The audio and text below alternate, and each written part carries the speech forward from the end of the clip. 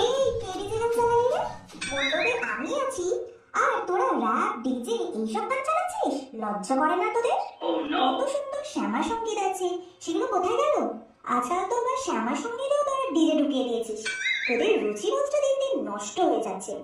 আর এই যে তোরা বাজি ফাটাচ্ছিস ফাটা, ঠিক আছে, কিন্তু নিষ্পাপ জীবজন্তুগুলোদের ভয় দেখাচ্ছিস, তাদের লেজে বোম বেঁধে দিচ্ছিস, ওরে তোদের কপালে কি আছে জানিস? তোদের পরের জন্মে কুকুর হয়ে জন্মাতে হবে, আর তোদের লেজে যদি কেউ বাজি বেঁধে দেয় তখন বুঝবি।